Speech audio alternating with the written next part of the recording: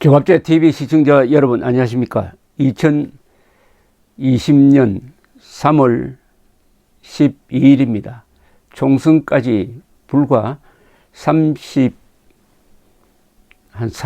정도 남았습니다. 이제 두 당이라고 하면은 미래통합당과 더불어민주당이 1대1의 대결 구도에서 아주 숨가쁜 마지막 스퍼트를 해야 될 시기인데, 이 미래통합당 안에서 내분이 일어났습니다. 오늘 황교안 대표가 최고위원회의를 열고 당 공천관리위원회의 일부 공천 결정에 대해서 검토해야 한다라는 의견을 내었습니다. 최고위원회의 의결을 통해 공천관리위원회에 일부 공천 결정에 대한 제의 다시 심의를 해달라는 요구를 하겠다는 거죠. 통합당 당헌 당규에 따르면은 공직선거 공천은 최고위원회의 의결로 확정됩니다. 최고위원회는 공천관리위원회의 공천안이 올라오면은 재의결을 요구할 수가 있습니다. 이럴 경우에 공천관리위원회는 재심사를 해야 합니다. 다만 재심사를 해가지고 공천관리위원회가 제적 3분의 2 이상의 찬성으로 원안대로 의결할 경우에 최고위원회의는 그 결정에 따를 수밖에 없습니다. 통합당 당헌 당규상으로는 이제 양쪽이 서로 권리를 주장할 수 있는데, 최고위원회의는 재의결을 요구할 수 있고, 요구를 받은 공천관리위원회는 그것을 수용하든지 아니면은 3분의 2 이상의 의결로 원하는대로 밀어붙이는, 그렇게 되면 이제 양쪽이 세대결을 벌리게 되는데 아주 어려운 상황에 처하죠. 더구나 국민들 앞에서 내분이 있는 것처럼 보이면은 어떻게 되겠습니까? 황교안 대표는 최고위원회의에서 공천관리위원회가 그동안 노력과 수고를 했으나 일부 불공정 사례 지적이 있다. 내부 반발도 적지 않게 일어나고 있다. 모든 공천이 완벽할 수는 없으나 우리가 총선에서 뜻을 모아서 압승하기 위해서 일부 조정하는 것이 필요하다고 생각한다. 당대표로서 이 부분을 최고위원회의에서 심도 있게 논의해 주실 것을 부탁드린다. 공천위원장과 공천위원들도 당의 이런 마음을 열린 마음으로 적극적으로 검토해 주길 바란다. 이렇게 이야기를 했습니다. 그동안 당내에서는 김형호 공천관리위원장이 너무 독주를 한다. 서울, 인천, 부산, 대구 지역 등에서 공천된 일부 인사들을 김형호 계열이다 해가지고 김형호 키즈라는 이름으로 부르면서 이 항의를 해왔습니다. 또 박근혜 전 대통령 탄핵소추 때 국회 법제사법위원장을 맡아가지고 탄핵소추위원 직무, 즉 일종의 검찰 직무를 했던 권성동 씨의 공천 배제에 관련해가지고는 보수층에서는 그거 잘 됐다라고 하고, 그러나 권성동 씨 측에 선 사람들은 법에 정한 직무에 따라 행한 업무를 문제 삼아 공천하는 것은 무리다라는 지적도 지금 나오고 있다고 합니다. 김종인 이 공천에 대해서 참견을 하는 사람이 또 한 사람이 있습니다. 김종인 더불어민주당 대표죠. 전에 이 사람은 언론 인터뷰에서 김형호 위원장의 공천에 대한 불만을 표시하면서 공천이 잘못된 상황에서는 선거를 지휘해도 이길 수 없다. 왜냐하면 김종인 씨를 지금 선거대책위원장으로 영입하려는 것이 황교안 대표의 뜻입니다. 그런데 오히려 큰 소리칩니다. 공천을 일부 수정을 해야 된다. 공천 과정에서 영남이나 수도권의 친박계 의원들에 대한 컷오프와 그에 따른 반발은 신경 쓸 필요가 없다. 그러나 빈자리에 국회의원이 될 만한 자격이 없는 사람들이 김 위원장 등의 영향력으로 진입하게 됐다는 점이 문제다. 이렇게 또 김형호 씨를 견제하고 나서고 있습니다. 이게 좀 복잡해지고 있습니다. 근데 김명호 공천관리위원회가 황교안 대표의 이 요구를 따를지는 아주 불분명한데, 김형호 씨는 대단한 각오로서 임한 것은 사실입니다. 배제된 인사, 공천에서 배제된 인사에 대해서는 미안한 마음을 가눌 길이 없다. 변하지 않으면 우리 다 죽는다. 이거는 물갈이가 아니라 판가리를 해야 이길 수 있다. 이렇게 아주 이야기를 했고, 권성동 씨의 배제에 대해서는 시대의 강을 넘어가기 위해서는 밟히는 다리가 있어야 되는데, 권성동 씨가 그런 역할을 해줬으면 좋겠다고 이야기를 했습니다. 권성동 씨는 참 사람이 아주 원만하게 생기고 보수적인 사람인데 악역을 맡았어요.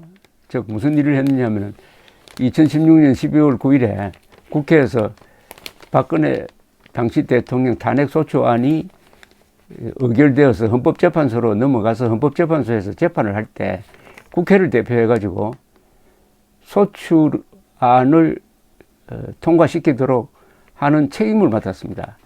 일종의 기소검사 역할을 했습니다. 그러니까 욕을 먹을 수밖에 없었는데, 특히 3월 10일, 2017년 3월 12일 박근혜 전 당시 대통령 탄핵을 결정하는 그 순간에 웃으면서 악수하는 이런 장면이 포착이 돼가지고 이 우파 진영에서는 탄핵 오적으로 꼽혔던 사람입니다. 유승민, 김무성, 권성동, 김성태, 홍준표 씨는 탄핵에는 직접 관련이 없죠. 자, 지금 이 김형호 씨가 주도한 이 물갈이는 상당히 범위가 큽니다. 현재 어제까지 종합하면 현역 국회의원 40%를 공천에서 배제를 했습니다. 민주당은 27%니까 이 통합당이 훨씬 더 물갈이를 많이 한 것은 사실입니다. 그런데 물갈이를 하는 건 좋은데 어떤 사람을 들여보내느냐 하는 거죠. 물갈이 대상자로 이제 홍준표, 현역 또 국회 부의장 이주영 씨 같은 사람, 김태호 전 경기도지사, 또는 김재원 지금 현재 정책위 의장, 이런 사람들을 밀어내면은 그보다도 훨씬 더 투쟁성이 있는 사람을, 문재인 정권과 싸울 수 있는 사람을 들이밀어 가지고 바꿔야 이게 진짜 물갈인데, 거기에서 실패했습니다. 그러니까 헌 물갈이를 했는데 새물이 헌물보다 더 오염이 되었다, 약하다, 이렇게 되면 안 되는 거죠. 물론 김형호 씨도 아마 고민이 얼마나 많겠습니까? 그런데 이 문제는 사실은 공천의 기준과 공천의 방식에 대한 확립된 관례가 없기 때문에 이루어지는 겁니다. 제대로 된 정당은 상향식으로 각 지구당에서 후보를 결정하는 게 맞습니다. 그것을 주로 하고, 그것이 어려운 데를 전략공천지역으로 정해가지고 중앙당에서 심사하는 게 맞는데, 거의 중앙당 심사를 주로 하고 경선은 부분적으로 하니까 임명제 공천이 되고 말았습니다. 임면제 공천이죠. 이것은 관료적인 것이고 민주적 전통을 사실은 무시하는 거니까 여야가 마찬가지입니다. 이런 공천 제도가 있는 한 당내 민주화는 불가능합니다. 그러면은 대통령이나 당 대표에 충성하는 그런 식의 정당밖에 되지 않는 거죠. 이런 문제가 이번에 이런 식으로 또 한 번 드러났는데, 이제 민주당은 물갈이를 적게 하는 대신에 이 물갈이를 어떤 사람으로 채웠느냐, 친문 세력.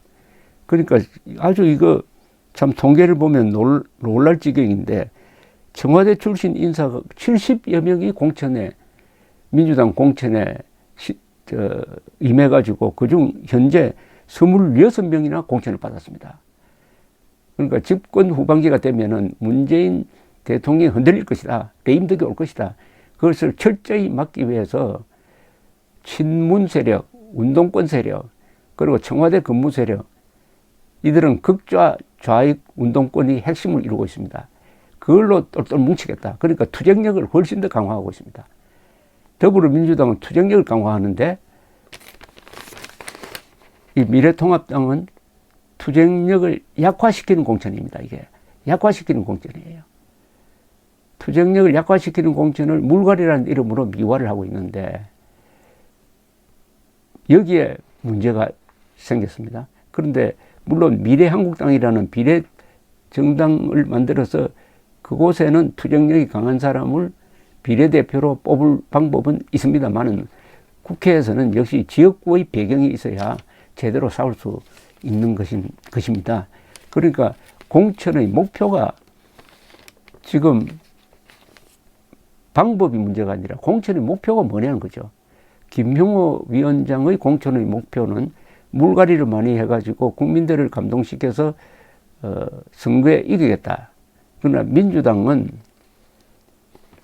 물갈이를 줄이고 오히려 문재인 호위 무사들을 강화를 해야겠다. 특히 극좌 이념으로 무장된 집단을 단단하게 만들겠다.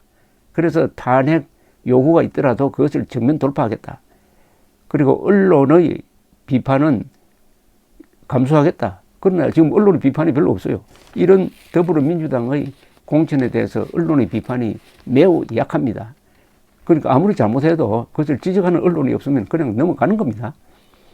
아주 이런 어려운 처지지만 딱 단순하게 말하면은 체제의 운명을 건 결투가 이번 총선이고 이번 총선을 계획을 해가지고 더 이어질 텐데 더불어민주당은 더불어민주당은 전투력을 강화하고 이 야당인 통합당의 공천은 그 핵심, 그러니까 황교안 씨가 아무래도 핵심이겠죠. 황교안 씨를 중심으로 하는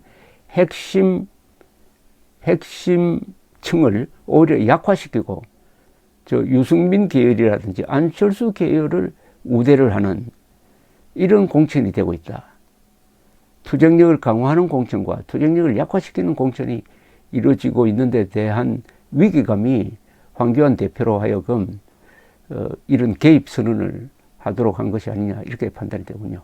감사합니다.